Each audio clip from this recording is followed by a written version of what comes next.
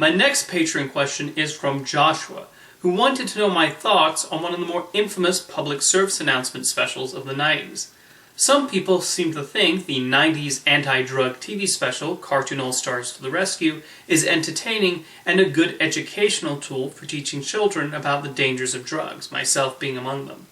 Other people, meanwhile, seem to think that it's not a well-made special, and/or that it did not help stop children from eventually getting into drugs.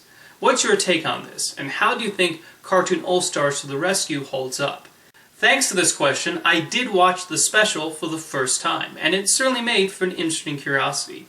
I can see how some people can watch Cartoon All-Stars and come away with finding it corny. The entire premise is certainly one that probably could only have been dreamt up at the time. How do we get children to learn about the dangers of drugs?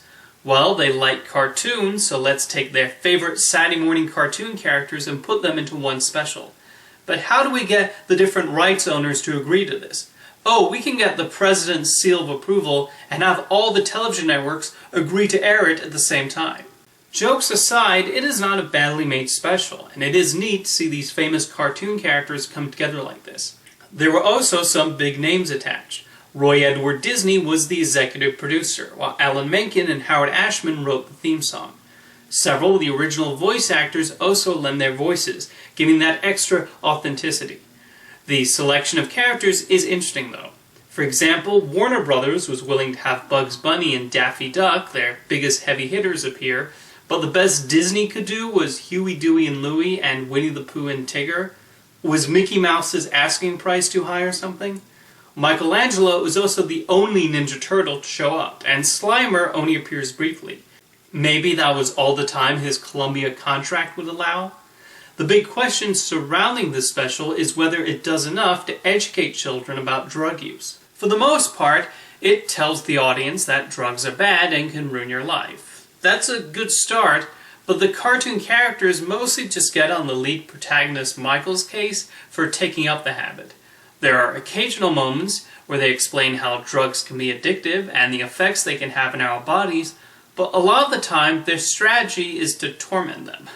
Drugs are also depicted in such a vague way. A few times they name drop marijuana and joint, but they rarely go into specific details.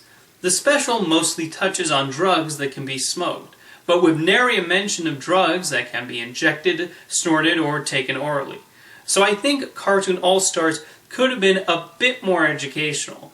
But on the other hand, I can also understand if educators warned of the opposite effect, and by showing too much might give ideas. The most effective element of the special comes from the puff of smoke that follows Michael around, voiced by George C. Scott. He manages to be a decent visual representation of how lingering the effects of drugs are, how difficult they are to kick, and the social pressure likely common at the time the special was made. At the end of the day, I think this was done mostly for young children to watch as part of their Saturday morning routines and possibly in school assemblies. By including some of their favorite cartoon characters, it makes the material easily digestible to them, and I do think it's important for children to learn about the dangers of drugs at an early age.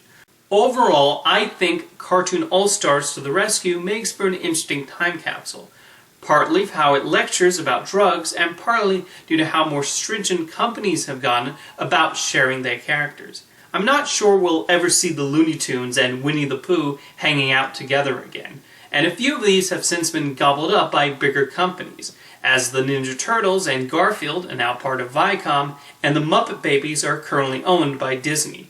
So do I think it's a great special? No. Is it entertaining and worth at least a one-time viewing? I would say yes, although nobody was more enthusiastic about the special than current presidential candidate Joe Biden, who proclaimed Cartoon All-Stars as the single most ambitious and important drug education program ever attempted anywhere. Now that's quite the endorsement. Thank you for your question, Joshua.